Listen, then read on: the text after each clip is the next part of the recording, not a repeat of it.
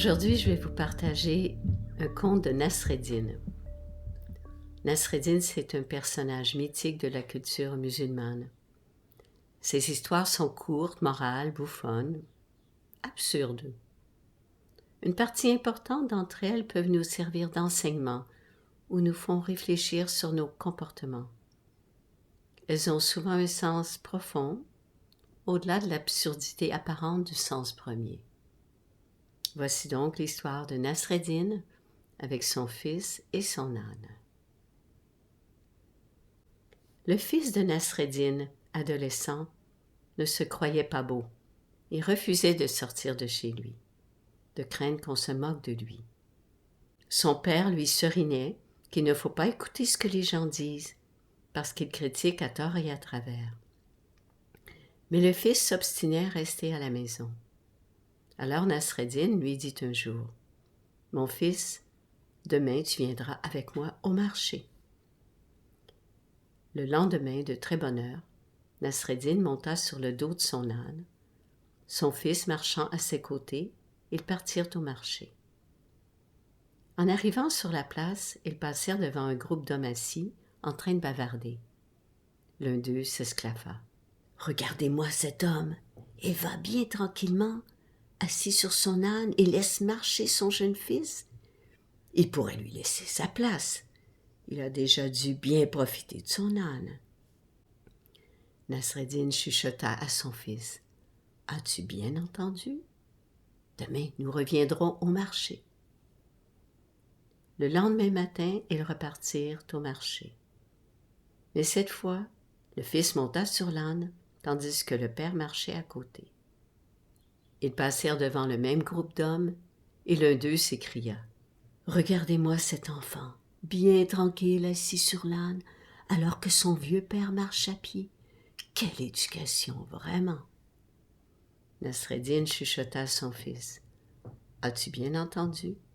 Demain, nous reviendrons. » Le lendemain matin, ils retournèrent au marché. Le père et le fils, tous les deux, tirant l'âne par sa bride. Ils repassèrent devant les hommes qui se moquèrent d'eux. « Regardez ces deux idiots. Ils ont un âne et n'en profitent même pas. Ils ne savent peut-être pas qu'un âne est fait pour porter les hommes. » Nasreddin chuchota à son fils. « As-tu bien entendu? Demain, nous reviendrons. » Le lendemain, ils retournèrent au marché. Cette fois, le père et le fils étaient assis sur le dos de l'âne. Ils passèrent de nouveau devant le groupe d'hommes qui, cette fois, s'indigna. « Mais c'est une honte d'épuiser ainsi un pauvre âne. Ils n'ont donc aucune pitié pour cette pauvre bête. » Nasreddin chuchota à son fils. « As-tu bien entendu? Demain, nous reviendrons. » Le lendemain, ils repartirent au marché. Le père et le fils portaient l'âne sur leurs épaules.